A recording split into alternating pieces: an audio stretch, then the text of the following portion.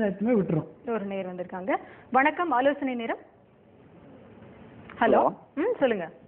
வணக்கம் மேடம், நாங்கள் சதீஷ் வந்து சேலத்துலேருந்து பேசுகிறோம் மேடம். சொல்லுங்க சார்.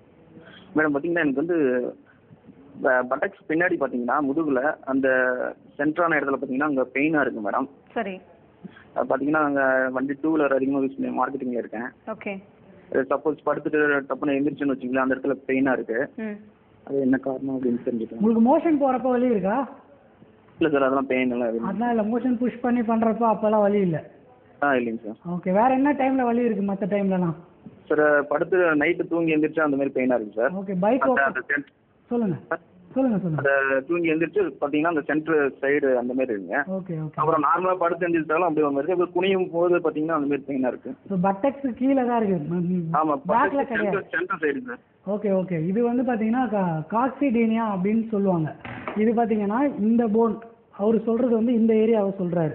ஸோ இது என்ன ஆகுனா அவர் வண்டியில் உட்காந்து நிறைய ட்ராவல் பண்ணுறதுனால இங்கே ப்ரெஷர் ஜாஸ்தி ஆகிடும் அவருக்கு. இது ஆல்ரெடி இந்த டெயில் போனுன்னு சொல்லுவாங்க. இது வந்து கொஞ்சம் ஆல்ரெடி வளைஞ்சு தான் இருக்கும். ஸோ என்ன ஆகுனா இதோட ப்ரெஷர் ஜாஸ்தியாகி இது நல்லாவே வளைஞ்சிரும். ஸோ இது நல்லா வளைஞ்சு என்ன ஆகுனா இங்கே இடத்துல ஒரு ஸ்ட்ரெயின் மாதிரி ஃபார்ம் ஆகிடும். அதுக்கு வந்து காக்சிடீனியா அப்படின்னு சொல்லுவாங்க. இன்ஃப்ளமேஷன் அந்த இடத்துல ஃபார்ம் ஆகிடும். ஸோ அப்படி ஆனதுனால என்ன ஆகுனா ஆட்டோமேட்டிக்காக அந்த இடத்துல சிவியர் பெயின் ஆகும், உட்காந்தாலோ என்ன பண்ணாலோ. ஸோ அதுக்கு இப்போதைக்கு உடனான தீர்வு என்ன பண்ணான்னா ஒரு டர்க்கி டவலை எடுத்து ரவுண்டாக சுற்றிட்டு அதை நீங்கள் உட்கார இடத்துல வச்சுட்டு இந்த டெயில் போன் வந்து சென்டராக இருக்கிற மாதிரி இருக்கணும். அந்த ரவுண்டாக அந்த டர்க்கி டவல் சென்டரா இப்போதைக்கு அதுக்கான உடனடி தீர்வு. அதாவது நம்மளோட சீட் வந்து நல்ல குஷனா இருக்கணும். அதுக்கு நடுவில் வந்து அந்த டர்க்கி டவல் இந்த அந்த பட்டஸ்க்கு நடுவில் இருக்கணும். அது கரெக்டாக இங்கே லேண்ட் ஆகணும். அப்படி ஆச்சுன்னா இது ஃபுல்லாக அந்த பொசிஷன் ரெஸ்ட் ஆகும். நீங்கள் உட்கார சீட்லேயும் பண்ணிக்கலாம், இல்லை பைக்லேயும் அதை சரி வச்சுக்கலாம். அதுக்கப்புறம் என்ன பண்ணீங்கன்னா இன்ஃப்ளமேஷன் ஆயிருந்துச்சுன்னா கண்டிப்பாக நீங்கள் ஒரு ஆர்த்தோ டாக்டரை பார்த்து ஆன்டி இன்ஃப்ளமேஷன் ட்ரக்கை வாங்கிக்கோங்க. இதுக்கு வந்து அந்த ஏரியாவில் உடனடி 5 நாளில் இதை சரி பண்ணலாம். அந்த இடத்துல அல்ட்ராசவுண்ட் கொடுத்தீங்கன்னா ஃபிசியோதெரபிஸ்ட்டை போனீங்கன்னா அந்த இடத்துல கரெக்டாக அல்ட்ராசவுண்ட் கொடுப்பாங்க. இந்த அல்ட்ராசவுண்டை எடுத்துக்கிட்டு இந்த இதுவும் பண்ணிக்கிட்டு அப்டாமினல் ஸ்ட்ரென்தனிங் எக்ஸசைஸ் பண்ணிங்கன்னா கண்டிப்பாக 10 நாளில் சரியாயிடும். டாக்டர், இப்போ மூட்டு வலிக்கும் இடுப்பு வலிக்கும் என்ன வித்தியாசம், என்ன சம்பந்தம்? மூட்டு வலிக்கும் இடுப்பு வலிக்கும் சம்பந்தம் பார்த்தீங்கன்னா பேக்கில் வந்து நான் முதலே சொன்ன மாதிரி இங்கே இந்த இருக்கிற ஸ்பைனில் வந்து நர்வ்ஸ் வந்து கீழே போகுது. மூட்டுக்கும் பார்த்தீங்கன்னா இங்கிருந்தால் நர்வ் சப்ளை ஆகுது. ஸோ இங்கே எதுவும் நர்வ் கம்ப்ரெஸ் ஆனாலோ தசை மூலமாக கம்ப்ரெஸ் ஆனாலோ இல்லை ஜாயிண்ட் லாக் ஆனாலோ ஆட்டோமேட்டிக்காக மூட்டில் வலிக்க ஆரம்பிக்கிறதுக்கான சான்சஸ் நிறைய இருக்குது. அதே மாதிரி நிறைய பேண்ட்டு நிறைய பேர் டைட்டாக போடுவாங்க. அது என்ன ஆகுனா இங்கே ஒரு நர்வ் போகும், அது ஒரு ஃபிமரல் நர்வ்னு சொல்லுவாங்க. அதோட பிரான்ச்சஸ் நர்வு அதெல்லாம் பார்த்தீங்கன்னா ஆட்டோமேட்டிக்காக கம்ப்ரெஸ் ஆகும். அது கம்ப்ரெஸ் ஆச்சுன்னா அது வந்து மூட்டு வலி மாதிரியே தெரியும். ஸோ நாங்கள் என்ன பண்ணோம், வரவங்கள முதல்ல மூட்டு வலின்னு வந்தாலே முதல்ல பேக்கை செக் பண்ணிவிடுவோம். பேக்கில் எதுவும் ப்ராப்ளம் இல்லை, மூட்டு வலி தான் இது அப்படின்னா அதுக்கான ட்ரீட்மெண்ட்டை இங்கே நாங்கள் அளிப்போம். டாக்டர், இப்போ அதே மாதிரி இப்போ ஒன்றுக்கும் ஒன்று சம்மந்தம் இருக்குது நம்ம சொல்கிறோம் இல்லையா? இப்போ நம்ம ஏதாவது ஒரு பெயினுக்காக நம்ம டேப்லெட் மெடிக்கேஷன் எடுத்துப்போம், அதனால ஏதாவது? ஆமாம், ஒரு சில ட்ரக்ஸ் எல்லாம் பார்த்தீங்கன்னா கண்டிப்பாக பெயின் ப்ரொடியூஸ் பண்ணும். Steroids, long term steroid, anti convulsion drugs இதெல்லாம் பார்த்தீங்கன்னா லாங் டேர்மாக எடுத்திங்கன்னா பெயின் சப்ஸ்டன்ஸை ப்ரொடியூஸ் பண்ணுறதுக்கு கண்டிப்பாக நிறைய வாய்ப்பு இருக்குது. இதோட மெக்கானிக்கல் சப்ஸ்டன்ஸே அந்த மாதிரி இருக்குது. லாங் டேர்மாக இந்த ட்ரக்ஸ் எல்லாம் ஒரு சில ட்ரக்ஸ் குளோரோக்யூனின் இந்த ட்ரக்ஸ் எல்லாம் எடுத்திங்கன்னா கண்டிப்பாக லாங் டேர்மாக நான் சொல்கிறது 1 நாள் 2 நாளில் வருஷக்கணக்காக 6 மாதம் ஸ்டீராய்ட்ஸ் எடுக்கிறவங்களாம் பார்த்தீங்கன்னா கண்டிப்பாக அந்த பெயின் சப்ஸ்டன்ஸ் ஆட்டோமேட்டிக்காக ப்ரொடியூஸ் பண்ணிகிட்டே இருக்கும். ஓகே. ஒரு சிலர் கேட்பாங்க, சார் இந்த மாதிரி தசை சிகிச்சை பண்ணுறேன், அங்கே போகிறேன் இங்கே போகிறேன், என்ன பார்த்தீங்கன்னா கடைசியில் இந்த பிரச்சனை பார்த்தீங்கன்னா அவங்க எடுக்கிற டேப்லெட்டாக நடந்துருக்கும். ஸோ டேப்லெட்டை மாற்றணும், மைண்ட் வைஸ் அவங்க நிறைய சேஞ்ச் ஆகணும். ஸோ அதெல்லாம் அந்த கவுன்சிலிங் எல்லாம் கொடுத்தோம்னா ஆட்டோமேட்டிக்காக அந்த வலி குறையும். ஓகே. ஒரு நேரம் வந்திருக்காங்க. வணக்கம், ஆலோசனை நேரம். சார், நாங்கள் ஆந்திராவிலேருந்து பேசுகிறோம் மேடம். சொல்லுங்கள் சார். எனக்கு முழங்கால் வலிக்குங்க. சரி. வாக்கிங் போயிட்டு இருந்தோம். ஓகே. நீங்கள் என்ன வேலை செய்கிறீங்க? நாங்கள் கான்ட்ராக்ட் செய்கிறோம் மேடம். சரி. எனக்கு பைபாஸ் சர்ஜரி இருக்குது. சரி. அப்போ டெய்லி 5 கிலோமீட்டர் வாக்கிங் போயிட்டு இருந்தோம். ஓகே. இப்போ வலி என்ன சார் இருக்கு உங்களுக்கு? இப்போ முழங்கால் வலிக்குது மேடம், நடக்க முடிய மாட்டேங்குது. பேக்ல பெயின் ஏதாவது இருக்கா? பேக்ல ஒன்றும் இல்லை, முழங்கால் தான் கீழே விழுந்துட்டேன். ஓகே. கீழே விழுந்துட்டீங்க? அதில் ஒரு நடக்கவே முடிய மாட்டேங்குது. 2 காலில் வலி இருக்கா, ஒரு காலில் வலி இருக்கா? ஒரே கால் தான் வலி இருக்குது, வீக்கம் இருக்குது சார். வீக்கம் ஏதாவது வருதா காலில்? வீக்கம் இருக்குது கொஞ்சம். சரி சரி. நீங்கள் கீழே விழுந்தேன்னு சொல்கிறீங்க. ஸோ மேபி நீங்கள் கீழே விழுந்ததில் அந்த இடத்துல பர்டிகுலர் ஏரியாவில் எங்கேயாவது ஸ்ட்ரெயின் ஆகிருக்கலாம்.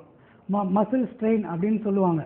அந்த இடத்துல ஸ்ட்ரெயின் ஆயிருந்துட்டு அந்த இடத்துல அடெக்ஷன் மாதிரி ஃபார்ம் ஆயிருந்தா மசில் பிரிட்ஜிங் சொல்லுவாங்க, கிராஸ் பிரிட்ஜிங். அது சரியாக லூஸாக சரியாக கனெக்ஷன் ஆகலைன்னா, கன்ட்ராக்ஷன் ஆகலைன்னா கண்டிப்பாக அந்த இடத்துல வலி இருக்கும்.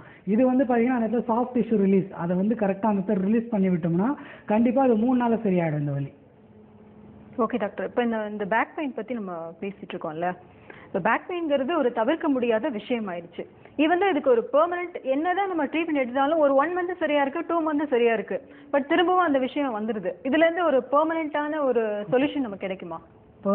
பெர்மனண்ட்டான சொல்யூஷனும் அது வந்து அவங்க கிட்ட தான் இருக்கு. இந்த மாதிரி ஸ்ட்ரெயின் பண்ணால் ஆகும், பேக் பெயின் வரும், பண்ணாதீங்க அப்படின்னா அது அவங்க பண்ணாமல் இருக்கணும். நாங்கள் சரி பண்ணி அமுச்சிட்டு திருப்பியும் போயிட்டு ஸ்ட்ரெயின் பண்ணாங்கன்னா கண்டிப்பாக அந்த வலி வரும். ஸோ இது எல்லாமே அவங்க கிட்ட தான் இருக்குது. அவங்களோட உடம்பை பொறுத்தும் அவங்க பண்ணுற ஆக்டிவிட்டிஸை பொறுத்து தான் இது இருக்குது. ஒரு நேர் வந்திருக்காங்க. வணக்கம், ஆலோசனை நேரம். வணக்கம் மேடம், மதுரையிலிருந்து சாகுல் பேசுகிறேன். சொல்லுங்க சாகுல். மேடம் எங்கள் அம்மா வந்து மேடம் இந்த பேக் பெயின் வந்து ஆப்ரேஷன் பண்ணி உள்ளே வந்து ஸ்டீல் பிளேட் வச்சுருக்காங்க மேடம். சரி. இப்போ 7 வருஷம் ஆகுது மேடம். ஓகே, டாக்டர் கிட்ட பேசுங்க. சொல்லுங்க சார். வணக்கம் சார். வணக்கங்க, சொல்லுங்க சார். சார் எங்கள் அம்மாவுக்கு சார் இப்போ ஒரு 7 வருஷத்துக்கு முன்னாடி சார் பேக் பெயின் வந்து ரொம்ப கஷ்டப்பட்டாங்க சார். சரிங்க. அவங்க ஆப்ரேஷன் பண்ணி உள்ளே வந்து ஸ்டீல் பிளேட் வச்சுருக்கோம் சார். சரிங்க. இப்போ வந்து பார்த்தீங்கன்னா இந்த பின்னாடி கழுத்தில் வந்து சில வலிகள்லாம் இருக்குது. கழுத்தில் வச்சுருக்காங்களா ஸ்டீல்? இடுப்பில் வச்சுருக்காங்களா? இடுப்பு வச்சுருக்காங்க சார். ஆனால் வலி வந்து கழுத்தில் இருக்குது. ஆமாம் சார். இப்போ இடுப்பு வலி வந்து கொஞ்சம் பரவாயில்ல, நல்லா இருக்குது அப்படின்றாங்க. ஆனால் கழுத்து வலி மட்டும் இருந்துகிட்டே இருக்குது. ஓகே ஓகே, இது வந்து இடுப்பு வலி கிடையாது. இது இதுக்கும் அதுக்கும் சம்மந்தம் இல்லை. கழுத்தில் பிரச்சனை ஏதாவது இருக்கலாம், மசில் ஸ்ட்ரெயினாக இருக்கலாம், இல்லாட்டி உங்கள் இடுப்பில் வந்த மாதிரி டிஸ்க்குனால தான் சர்ஜரி பண்ணீங்களா? எதனால் சர்ஜரி பண்ணீங்க?